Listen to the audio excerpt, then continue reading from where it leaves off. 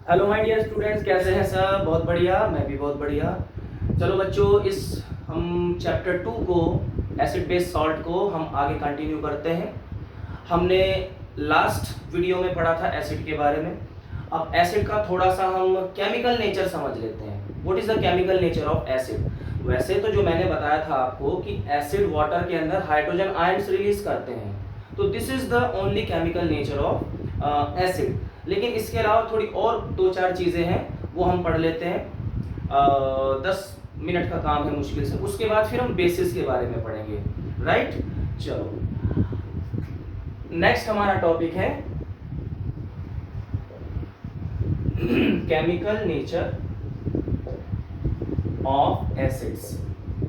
Means acid chemically क्या है, क्या उसमें अंदर क्या केमिकली किस तरह से वो बिहेव करता है, उसके बारे में पढ़ते हैं। Right, if someone ask us that what is acid chemically, तो हम सिंपली ये बोलते हैं कि एसिड वाटर के अंदर हाइड्रोजन आयन रिलीज करता है। This is the chemical nature of acid. कोई भी हम एसिड लेते हैं, जैसे HCl हमने लिया, चलो H2SO4 ले लेते हैं।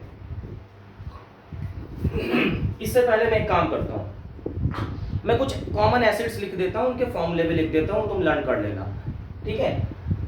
जैसे सल्फ्यूरिक एसिड का आपको पता है, हाइड्रोक्लोरिक का पता है, नाइट्रिक का पता है, वो भी मैं लिख देता हूँ। सल्फ्यूरिक एसिड है, हाइड्रोक्लोरिक एसिड है, एंड नाइट्रिक एसिड है। और जो कॉमन एसिड्स हैं, ऐसे तो बहुत सारे एसिड्स हैं जो मेनली पूछे जाते हैं एग्जाम में। एसिटिक एसिड है, राइट, फॉर्मिक एसिड है, एंड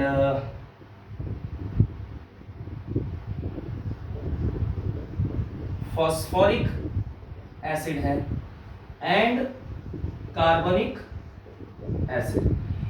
कार्बनिक एसिड, अब इन सब के फॉर्मूले देखो क्या होता है। सल्फ्यूरिक एसिड तो सबको पता है, H2SO4, hydrochloric acid HCl, nitric acid HNO3, acetic acid CH3COOH, formic acid HCOOH, phosphoric acid H3PO4, and कार्बनिक acid H2CO3। These are some of the common acids जिनके फॉर्मूले हमें लर्न होने चाहिए। ओके बच्चों,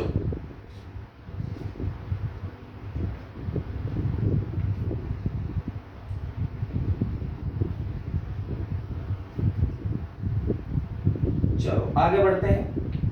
तो केमिकल नेचर, हम कोई सा भी इसमें एसिड ले सकते हैं, ठीक है। हम ज्यादातर हाइड्रोक्लोरिक एसिड का एग्जांपल देते हैं ना, हम सल्फ्यूरिक एसिड ले लेते हैं। सल्फ्यूरिक एसिड हमने लिया H2SO4, इसका हमने एक्वस सॉल्यूशन ले लिया, मैंने AQ लिख दिया, that means it is present in water, water में है ये। तो जैसे इसको वाटर में डालेंगे तो ये वाला जो हाइड्रोजन वाला पार्ट है ये अलग हो जाएगा और ये अलग हो जाएगा। ये H2 है, there are 2 atoms of hydrogen, तो हाइड्रोजन के 2 आयंस बनेंगे, ठीक है। हाइड्रोजन के 2 आयंस बनेंगे, जितने एटम्स होंगे हाइड्रोजन के उतने ही तो आयंस बनेंगे। तो we will write like this 2H+, ऐसे लिखेंगे 2H+। फिर आगे क्या बचा, SO4, 2- ये होता है, ओके। SO4 के ऊपर 2- चार्ज आता है।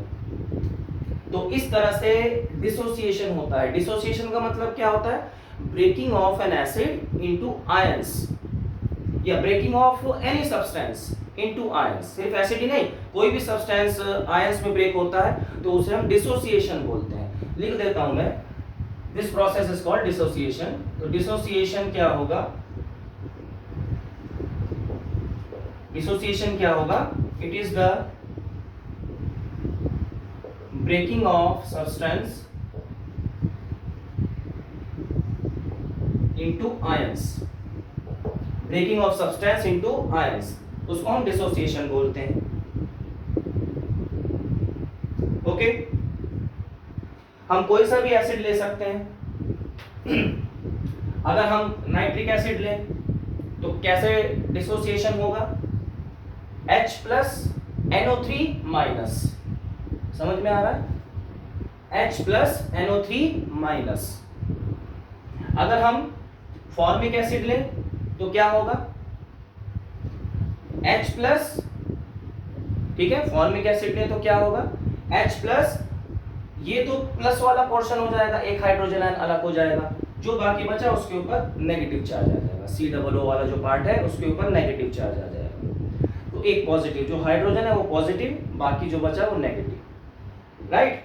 कार्बनिक एसिड क्या होगा? अब इसमें H2 है, यानी कि 2H plus, just like this, 2H plus and CO3 2 minus, CO3 के ऊपर 2 माइनस आएगा, ठीक है। तो इस ये हम सब नहीं करना, हमें ज्यादातर क्या आता है? H2SO4 कहा जाता है, HCl कहा जाता है, HNO3 कहा जाता है, या फिर ज्यादा से ज्यादा एसिटिक एसिड कहा जाता है, इसका आ जाता है। तो एसिटिक एसिड में क्या होगा? ये वाला जो पोर्शन है,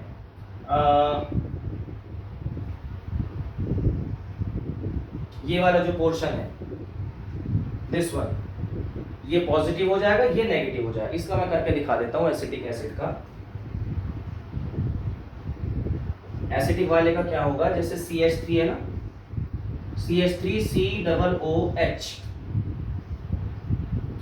इसमें ये वाला जो पोर्शन है, दिस वन, इसके ऊपर नेगेटिव चार्ज होगा और ये जो H है इसके ऊपर पॉजिटिव चार्ज होगा। कैसे होगा ये? एक्वस में CH3COO माइनस, इसके ऊपर माइनस, और ये वाला जो H है ये अलग हो जाएगा, प्लस H आयन, इस तरह से हो जाएगा।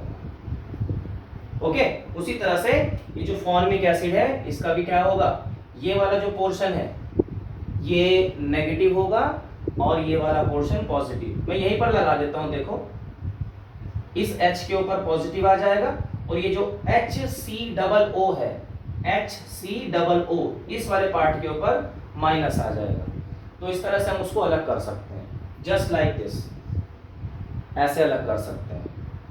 ओके बच्चों, चलो, तो ये हाइड्रोजन आयन जो रिलीज होते हैं, कहाँ रिलीज होते हैं? वाटर के अंदर रिलीज हो रहे हैं, है ना। अब जो वाटर के अंदर जो हाइड्रोजन आयन रिलीज हो रहे हैं वो वाटर मॉलिक्यूल के साथ कंबाइन कर जाते हैं। ये जो हाइड्रोजन आयन है, ये जो हाइड्रोजन आयंस है, ये एज इट इज नहीं पड़े रहते सॉल्यूशन में। सॉल्यूशन किसका? एसिड और वाटर का। ये as it is hydrogen ions की फॉर्म में नहीं रहते हैं, ये वाटर मॉलिक्यूल के साथ रिएक्ट करके कंबाइन कर जाते हैं। कैसे? देखो, मान लेते हैं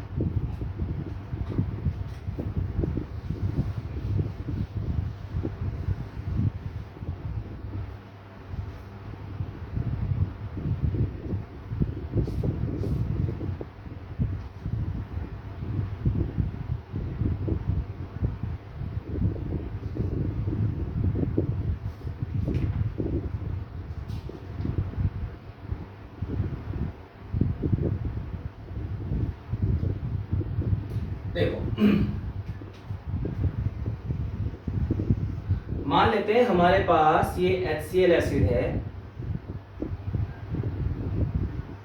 एक्वस में है, एक्वस मतलब वाटर की प्रेजेंट में है।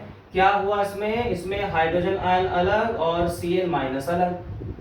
अभी जो हाइड्रोजन आयन है, it will not exist freely in the solution, it will immediately react और कंबाइन विद वाटर मॉलिक्यूल। अब वाटर है इतना सारा, तो उसमें तो बहुत सारे मॉलिक्यूल्स होंगे ना, और इसमें हाइड्रोजन आयंस भी बहुत सारे होंगे। तो हाइड्रोजन आयन वाटर मॉलिक्यूल के साथ कंबाइन कर जाता है। देखो कैसे, ये जो हाइड्रोजन आयन है,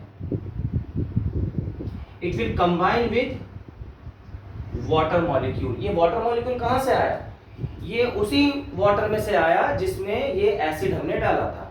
हमने एसिड को वाटर के अंदर डाल दिया, उसमें हाइड्रोजन आयन अलग हो गया, वाटर के अंदर ही हाइड्रोजन आयन, तो हाइड्रोजन आयन जो अलग हुआ है वो तुरंत वाटर मॉलिक्यूल के साथ रिएक्ट करना शुरू कर देगा और कंबाइन हो जाएगा लाइक दिस। हाइड्रोजन आयन ये जो बना था ये वाटर मॉलिक्यूल के साथ कंबाइन करेगा, क्या बन जाएगा, एक हाइड्रोजन ये है और दो हाइड्रोजन्स ये है, तो दोनों कंबाइन करके H3 बना देंगे, H3, और ये O ऐसे ही आएगा, और ये जो प्लस चार्ज है ये ऐसे ऊपर नेट चार्ज इसका यहां पर प्लस लग जाएगा, यहां पर नहीं लगेगा। हम ये क्या बन गया, ये पूरा मॉलिक्यूल बन गया ना, ये पॉली एटॉमिक आयन बन गया, पढ़ा होगा 9th क्लास में। पॉली एटॉमिक आयंस में जो हम नेट चार्ज लगाते हैं वो यहां पर लगाते हैं, ठीक है, तो यहां पर नहीं लगाएंगे तो यहां पर लगाएंगे, तो जो नेट चार्ज है इसके ऊपर वो इधर लगेगा। तो this is called hydronium ion, this is called hydronium ion, okay. इसी तरह से कोई भी एसिड है उसमें जो हाइड्रोजन आयंस निकल रहे हैं, सपोज करो हमारे पास ये है H2SO4 ले लेते हैं, इसमें दो आयंस निकलेंगे हाइड्रोजन के, मान लो ये है H2SO4 है और वाटर के अंदर है, वाटर लिख देते हैं या एक्वस लिख लो, तो क्या होगा 2H ion plus SO4 2 minus, ऐसे बनेगा। अब ये जो हाइड्रोजन के यहाँ पर दो आयंस बन रहे हैं ये किस तरह से कंबाइन होंगे, एक हाइड्रोजन आयन एक वाटर मॉलिक्यूल के साथ कंबाइन होगा, इसे हम ऐसे भी लिख सकते हैं H plus plus H plus plus SO4 2 minus, we can write it like this also, समझने के लिए, ठीक है। यहाँ पर हाइड्रोजन के दो आयंस है तो हमने एक आयन ये लिख लिया, एक आयन ये लिख लिया, दो अलग अलग आयंस है। हालांकि ऐसा एक्चुअल में नहीं होता, सिर्फ समझने के लिए मैं बता रहा हूँ, समझाने के लिए बता रहा हूँ, तो हमने समझ में आ जाए तो ऐसे इजी करके ऐसे अलग अलग लिख दिया। अब क्या होगा, ये वाला जो इंडिविजुअल हाइड्रोजन आयन है ये एक वाटर मॉलिक्यूल के साथ कंबाइन कर जाएगा, individual hydrogen ion like this water molecule के साथ कंबाइन करके ये हाइड्रोनियम आयन बना देगा। फिर ये वाला जो आयन है ये भी वाटर मॉलिक्यूल के साथ कंबाइन करके हाइड्रोनियम आयन बना देगा, इस तरह से होगा। मतलब जितने भी आयंस रिलीज हो रहे हैं ना वो हाइड्रोजन वाटर मॉलिक्यूल के साथ मिलके हाइड्रोनियम आयंस बनाते जाएंगे। तो एक्चुअल में जो हाइड्रोजन आयन है it exist in the form of hydronium ion in aqueous solution, इस फॉर्म में वो एग्जिस्ट करता है। किसी भी सॉल्यूशन में हम एसिड डालेंगे तो उसमें ये वाला आयन होता है, ये वाला आयन नहीं होता। ये वाला आयन जो हाइड्रोजन आयन है वो तो इमीडिएटली जैसे हमने एसिड डाला वो हाइड्रोजन आयन अलग हो गया, इमीडिएटली अलग हो गया, लेकिन उसके तुरंत बाद वो वाटर मॉलिक्यूल के साथ भी कंबाइन कर जाता है, तो फाइनली हमें इस फॉर्म में वो आयन मिलता है। समझ में आ गया बच्चों? तो इस तरह से होता है। तो ये सारी केमिकल नेचर ही है वाटर एसिड की, एसिड किस तरह से केमिकली बिहेव कर रहा है वाटर के अंदर, ये सब वही तो है ना।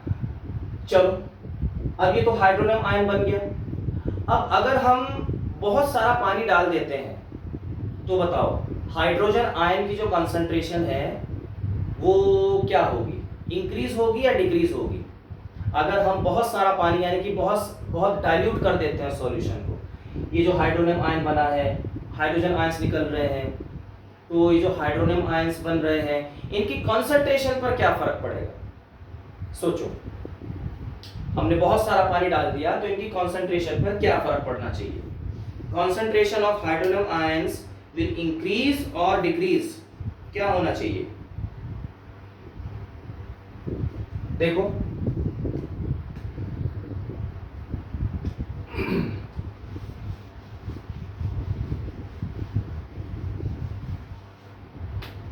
यहां पर HCl को हमने वाटर में डाला तो ये बना दिया। सबसे पहले स्टार्टिंग में क्या होगा, स्टार्टिंग में तो ये बनेगा, उसके बाद ही फिर वाटर के साथ कंबाइन करेगा। हमने और वाटर डाल दिया, ठीक है, फिर हमने और वाटर डाल दिया, वाटर पे वाटर हम ऐड करते जा रहे हैं। तो इस एसिड के पास तो limited number of hydrogen atom ions है ना, इस एसिड के पास तो limited number of hydrogen ions हैं। वाटर तो हम एक्स्ट्रा बाहर से ऐड कर सकते हैं, कितना भी वाटर ऐड करते जाओ, लेकिन एसिड जो हमने लिया है वो तो लिमिटेड ही लिया है ना, तो उसके पास अपने लिमिटेड हाइड्रोजन आयंस होंगे। बात समझ में आ रही है? तो दैट मीन्स कि एक यूनिट वॉल्यूम सॉल्यूशन में, एक यूनिट वॉल्यूम, यूनिट मतलब 1, यूनिट का मतलब होता है 1, उसे हम 1 लीटर ले लेते हैं या 1 मीटर क्यूब ले लेते हैं। एक यूनिट वॉल्यूम में सॉल्यूशन में जो नंबर ऑफ हाइड्रोजन आयंस है वो डिक्रीज होते जाएंगे, डिक्रीज होते जाएंगे। डाइल्यूशन जो है हम इंक्रीज करते जा रहे हैं, पानी हम ऐड करते जा रहे हैं, तो उससे क्या होगा, जो पूरा वॉल्यूम की बात करें, पूरे वॉल्यूम की बात करें तो उसमें जो हाइड्रोजन आयंस है उनका कंसंट्रेशन डिक्रीज होता जाएगा। हम और पानी ऐड कर देंगे तो हाइड्रोजन आयंस का कंसंट्रेशन डिक्रीज होता जाएगा। बात समझ में आ रही है? कंफ्यूजिंग तो नहीं लग रहा? कंफ्यूज हो सकते हो, क्वेश्चन आ सकता है दिमाग में कि हम पानी डालेंगे तो और डिसोसिएशन होना चाहिए, और ज्यादा डिसोसिएशन होना चाहिए। ठीक है, डिसोसिएशन हो रहा है, लेकिन डिसोसिएशन तभी तो होगा ना जब हाइड्रोजन आयंस बचेंगे। हमने तो लिमिटेड एसिड लिया है, पानी हम डाल रहे हैं अनलिमिटेड, तो इनके पास तो लिमिटेड, अब इस एक मॉलिक्यूल के पास तो एक ही आयन है ना। अगर मान लो 10,000 मॉलिक्यूल्स हमने ले लिए या 20,000 मॉलिक्यूल्स ले लिए HCl एसिड के, तो कितने बने? 20,000 आयंस बने। पानी हम और डालते जा रहे तो एक्स्ट्रा आयंस कहां से आएंगे? जितने भी मॉलिक्यूल था, जितना भी HCl मॉलिक्यूल था वो तो ब्रेक हो चुका है, आयंस बन चुके हैं, और एक्स्ट्रा आयंस कहां से आएंगे? नहीं आएंगे ना। तो इसीलिए जो हम वॉल्यूम इंक्रीज करते जा रहे हैं सॉल्यूशन का बाय एडिंग वाटर, उसमें कंसंट्रेशन ऑफ हाइड्रोजन आयंस कम होती जाएगी, और अगर कंसंट्रेशन ऑफ हाइड्रोजन आयन कम होता जाएगा तो कंसंट्रेशन ऑफ हाइड्रोनियम आयंस भी कम होता जाएगा, इजंट इट? क्योंकि हाइड्रोनियम आयन कब बनते हैं? हाइड्रोजन आयन जब रिलीज होता है तभी तो हाइड्रोनियम आयन बनेगा ना। हाइड्रोजन आयन और हाइड्रोनियम आयन में कंफ्यूज मत हो जाना। हाइड्रोनियम आयन क्या है? H3O+, हाइड्रोजन आयन क्या है? H+। तो हाइड्रोनियम आयन कब बनता था? जब वाटर मॉलिक्यूल के साथ हाइड्रोजन आयंस रिएक्ट करता था, कंबाइन कर रहा था। लेकिन यहाँ तो हाइड्रोजन आयन सब रिलीज ही नहीं हो रहे, तो हाइड्रोनियम आयन कैसे बनेगा?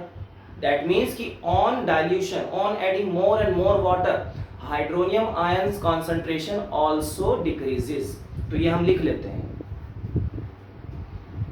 On diluting acid more and more, concentration of hydrogen ions या फिर hydronium ions decreases per unit volume. एक पर्टिकुलर वॉल्यूम हमने ले लिया सॉल्यूशन का, उसमें हाइड्रोनियम आयंस की कंसंट्रेशन डिक्रीज होती जाएगी अगर हम और पानी उसमें ऐड करते जाएंगे तो एक ये पॉइंट हो गया। बात समझ में आ गई? ठीक है, आगे बढ़े।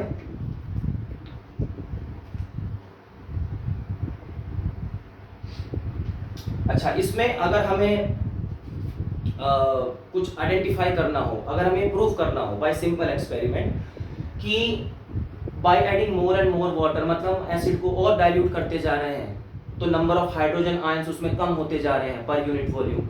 इसे हम कैसे प्रूव कर सकते हैं? बहुत सिंपल है। हम कोई भी एसिड लेते हैं, ठीक है, हम कोई भी एसिड लें, उसमें पानी ऐड करते जाएं, ऐड करते जाएं, ऐड करते जाएं, फिर उसमें एक मेटल डाल दें।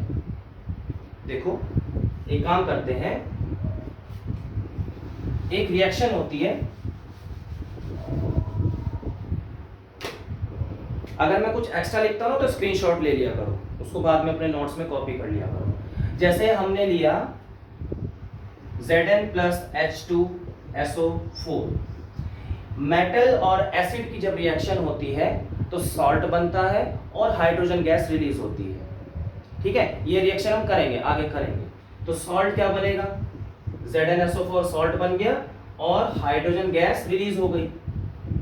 चलो अब ये हमने जो H2SO4 लिया था ये डाइल्यूट था, इसमें कुछ पानी था। अब हम दूसरे टेस्ट ट्यूब में एक और एसिड ले लेते हैं, मतलब यही ले लेते हैं, सल्फ्यूरिक एसिड ले लेते हैं, but it is more diluted, ये बहुत ज्यादा डाइल्यूट है। इसमें मान लो अगर 1 गिलास पानी है तो इस वाले में 4 गिलास या 2 गिलास पानी है, तो इसे हमने लिख दिया वेरी वेरी डाइल्यूट, बहुत ज्यादा डाइल्यूट है।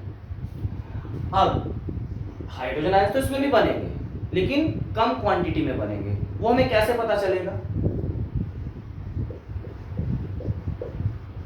प्रोडक्ट्स आर सेम, लेकिन हम कैसे पता चलेगा कि इसमें जो हाइड्रोजन आयंस की कंसंट्रेशन है वो कम है और इसमें ज्यादा है? वो हमें पता चलेगा कि जो हाइड्रोजन गैस की जो वेपर्स रिलीज हो रहे हैं ना, हाइड्रोजन गैस जो रिलीज हो रही है, इस वाले केस में हाइड्रोजन गैस के जो वेपर्स हैं वो बहुत ही विग्रसली बाहर आ रहे हैं, बहुत तेजी से बाहर निकल रहे हैं। दैट मीन्स बहुत ज्यादा हाइड्रोजन आयंस बन रहे होंगे तो वो जल्दी जल्दी बाहर निकल रहे हैं। और इस वाले रिएक्शन में हाइड्रोजन गैस निकल रही है बट वेरी स्लोली, बहुत धीरे धीरे। इसका मतलब यहाँ पर हाइड्रोजन आयंस जो बन रहे हैं वो बहुत धीरे धीरे बन रहे हैं, स्लोली बन रहे हैं और कम क्वांटिटी में बन रहे हैं। ठीक है, वेरी डाइल्यूट जब होगा तो यहाँ ये सिंपल। और इसके अलावा हम पीएच पेपर यूज कर सकते हैं, इंडिकेटर्स यूज कर सकते हैं। अब इंडिकेटर्स हमने नहीं पढ़े तो मैं उसके बारे में बाद में बताऊंगा। ये एक सिंपल एक्सपेरिमेंट है जो हम कर सकते हैं, राइट?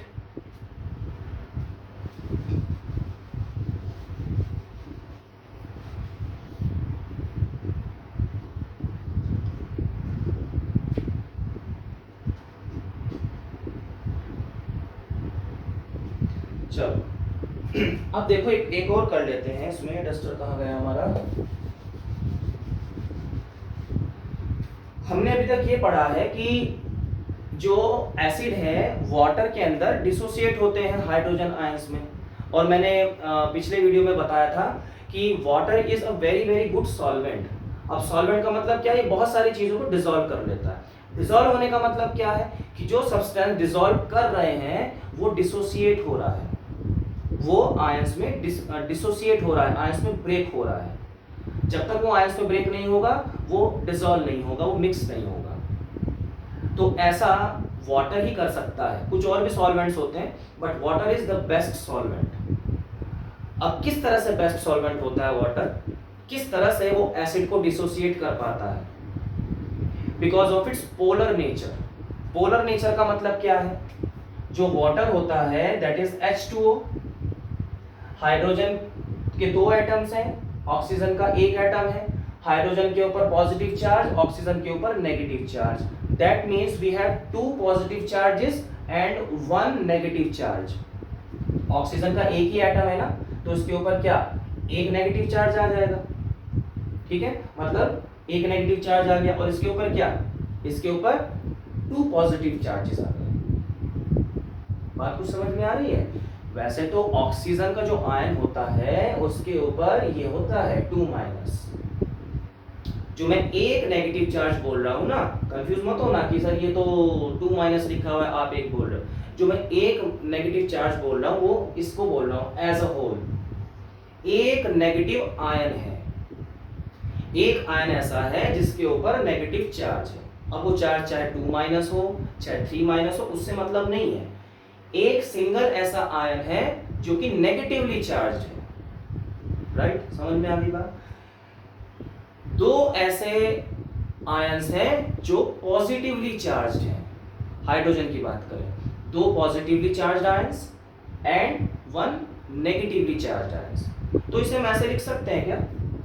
इसे हम ऐसे लिख सकते हैं पॉजिटिव पॉजिटिव एंड नेगेटिव। देखो ऐसे लिख सकते हैं negative positive and positive, 2 positive ions और 1 नेगेटिव आयन। जस्ट एक रिप्रेजेंटेशन है, ठीक है, जस्ट एक रिप्रेजेंटेशन। चलो अब देखो, नेक्स्ट देखो। तो यहां से मैं क्या समझा रहा हूं कि जैसे ही हम एसिड वाटर में डालेंगे, हमने मान लो HCl डाला, तो HCl के H के ऊपर पॉजिटिव चार्ज, Cl के ऊपर नेगेटिव चार्ज। अब वाटर में भी पॉजिटिव नेगेटिव है, एसिड में भी पॉजिटिव नेगेटिव है, तो क्या होगा, कुछ अट्रैक्शन कुछ रिपल्शन होगा ना।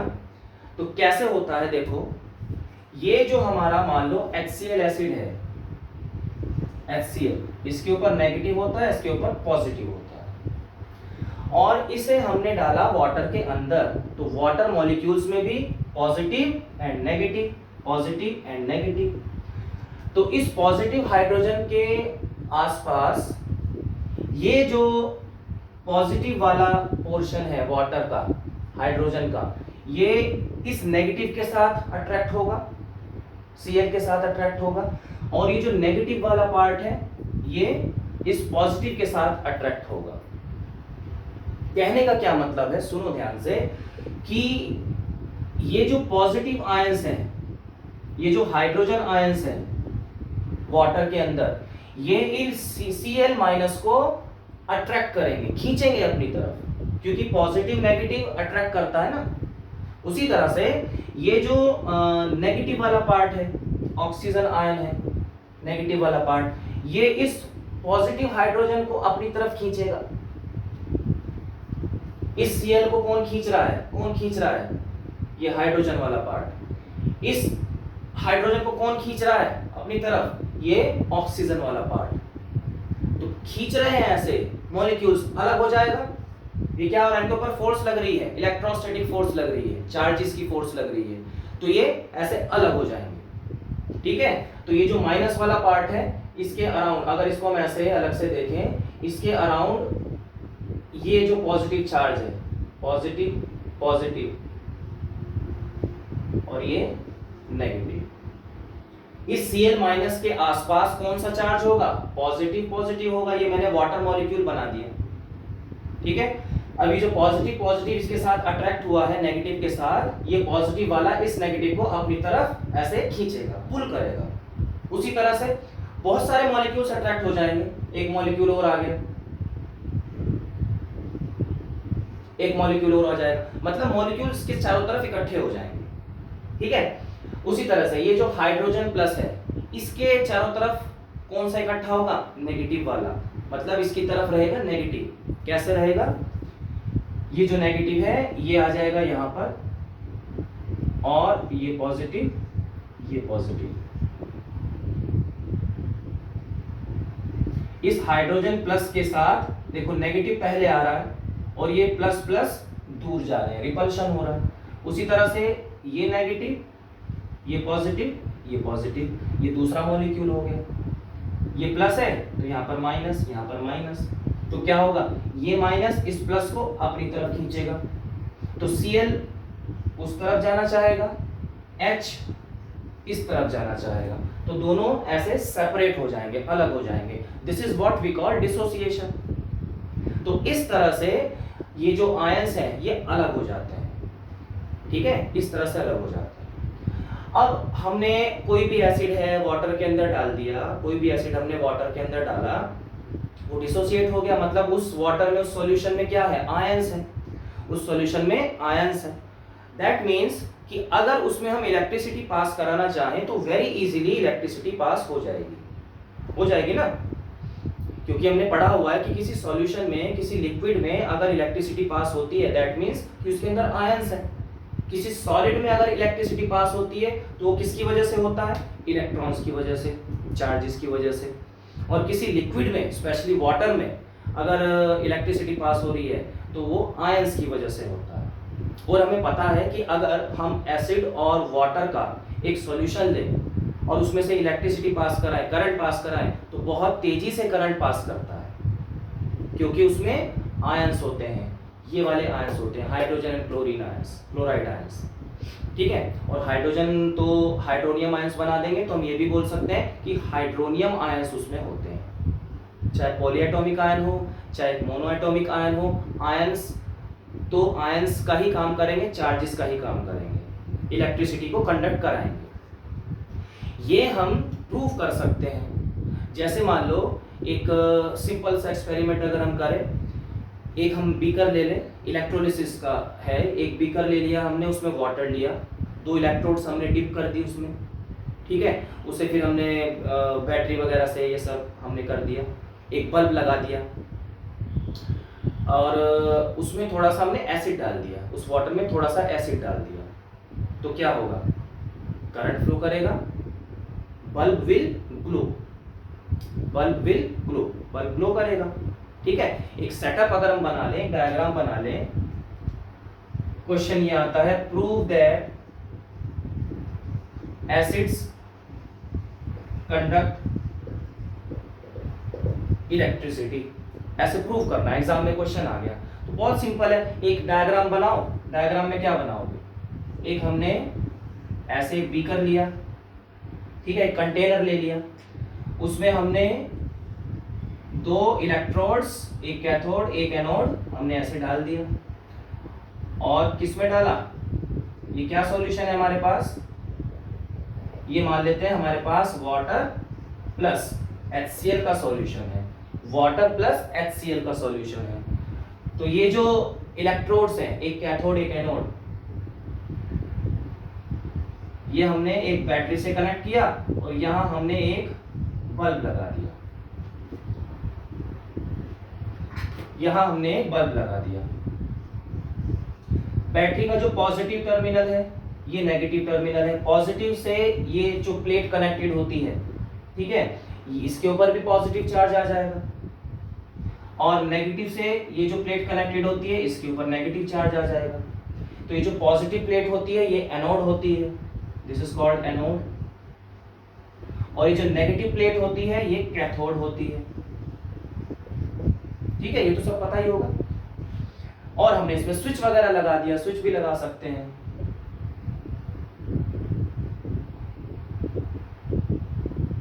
ठीक है, ये स्विच लगा दिया, जब इसको ऑन करेंगे तो बैटरी ऑन हो जाएगी, करंट फ्लो करेगा, यहां से करंट आएगा, ये स्विच हमने बंद कर दिया, यहां से करंट आ रहा है, ये करंट आ रहा है, ये करंट आ रहा है, अब ये करंट जाएगा इसमें, अब फिर वो करंट सॉल्यूशन में जाना चाहिए, बिल्कुल जाएगा। सॉल्यूशन में क्या है, आयंस है, हाइड्रोजन आयंस है, हाइड्रोनियम आयंस है।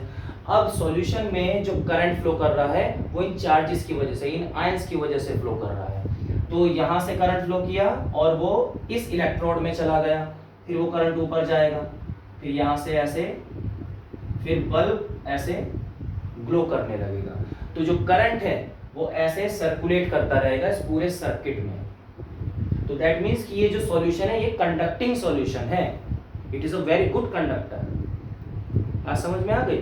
अगर हम डिस्टिल्ड वाटर लेते हैं, क्वेश्चन ये आता है कि rain water conducts electricity but distilled water doesn't, क्यों? अगर रेन वाटर इलेक्ट्रिसिटी कंडक्ट करता है लेकिन डिस्टिल्ड वाटर नहीं करता, क्योंकि distilled water is a pure water, distilled water is free of any acid, base और सॉल्ट। देखो जो आयंस बनेंगे, सॉल्ट भी आयंस बनाता है, सॉल्ट भी आयंस में ब्रेक हो जाता है, जो बेस होता है वो भी आयंस में ब्रेक हो जाता है, और एसिड तो हम देख ही चुके हैं ब्रेक हो जाता है। दैट मीन्स कि अगर वाटर के अंदर थोड़ा भी एसिड, बेस या सॉल्ट होगा तो वो इलेक्ट्रिसिटी कंडक्ट करेगा क्योंकि उसमें आयंस बनेंगे। But if it is distilled water, 100% pure water, तो वो कंडक्ट नहीं करेगा, क्योंकि डिस्टिल्ड वाटर किसको बोलते हैं, प्योर वाटर किसको बोलेंगे, which is free from any impurity, which is free from acid, base और सॉल्ट। ठीक है, तो यहां पर अगर डिस्टिल्ड वाटर हम लेते हैं, यहां पर if we take distilled water, then bulb will not glow, bulb glow नहीं करेगा।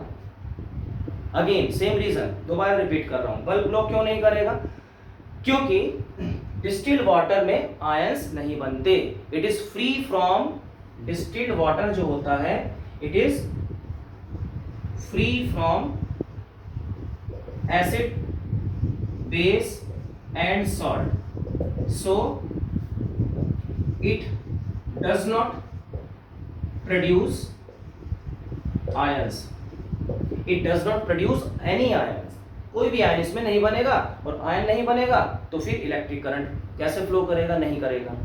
ठीक है, नहीं कर सकता। That's why bulb will not glow in case of distilled water.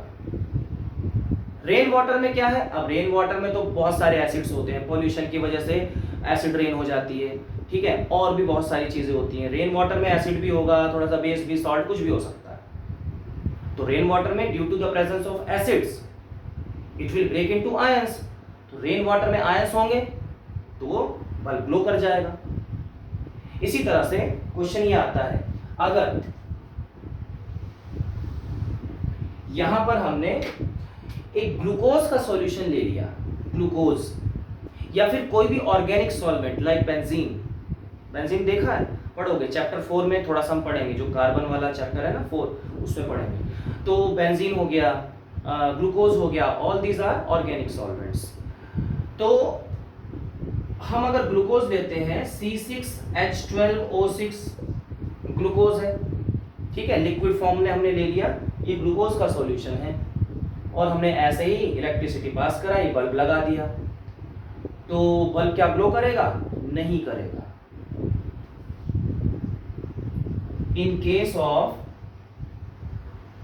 Organic solvents like alcohol, alcohol भी ऑर्गेनिक सॉल्वेंट होता है, ग्लूकोज एटसेट्रा,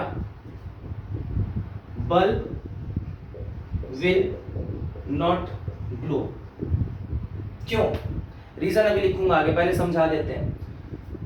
देखो हाइड्रोजन तो इसमें भी है, इसमें तो हाइड्रोजन के 12 एटम्स हैं, H12 एटम्स हैं, बट इसमें हाइड्रोजन आयंस नहीं बनते। It does not break into ions. कोई भी ऑर्गेनिक सॉल्वेंट है, बेंजीन है, अल्कोहल है, ग्लूकोज है, उसमें आयंस नहीं बनेंगे। आयंस नहीं बनेंगे तो क्या होगा? इलेक्ट्रिसिटी पास ही नहीं होगी, इलेक्ट्रिक करंट पास नहीं होगा, तो बल्ब भी ग्लो नहीं करेगा। तो क्या यहां से हम ऐसा बोल सकते हैं कि जरूरी नहीं है कि जिस सब्सटेंस के अंदर हाइड्रोजन हो वो एसिड हो? बोलो, बात समझ में आई? जिस सब्सटेंस के, the substance which contains hydrogen, it doesn't mean that it is always an acid. वो हमेशा एसिड होगा ये जरूरी नहीं है, या फिर वो हमेशा इलेक्ट्रिसिटी कंडक्ट करेगा ये जरूरी नहीं है, but it is compulsory, it is necessary that N acid must contain hydrogen. दोबारा सुनो, एक एसिड है, उसके अंदर हाइड्रोजन होना जरूरी है, बिना हाइड्रोजन के वो एसिड नहीं कहलाएगा। बट ऐसा जरूरी नहीं है कि कोई ऐसा सब्सटेंस जिसमें हाइड्रोजन हो वो हमेशा एसिड ही होगा, क्योंकि ऐसे बहुत सारे सब्सटेंसेस हैं, बहुत सारे कंपाउंड्स हैं जिसमें हाइड्रोजन तो होता है लेकिन वो एसिड नहीं होता। क्यों नहीं मानते उसको हम एसिड? क्योंकि जब उस सब्सटेंस को हम वाटर में डालते हैं तो हाइड्रोजन आयंस रिलीज नहीं होते।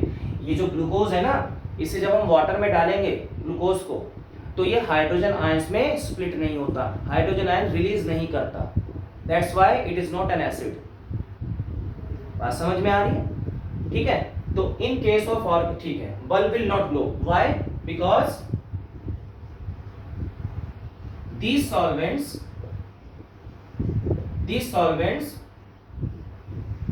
do not split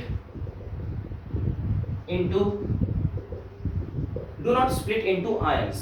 Ions में split नहीं होते, या do not produce ions, किसी भी तरह से लिख सकते हैं। कुछ कहानी समझ में आ रही है? बोलो, समझ में आ गया ना?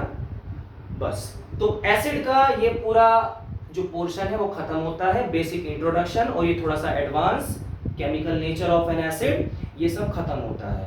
तो नेक्स्ट हम बात करेंगे बेसिस की।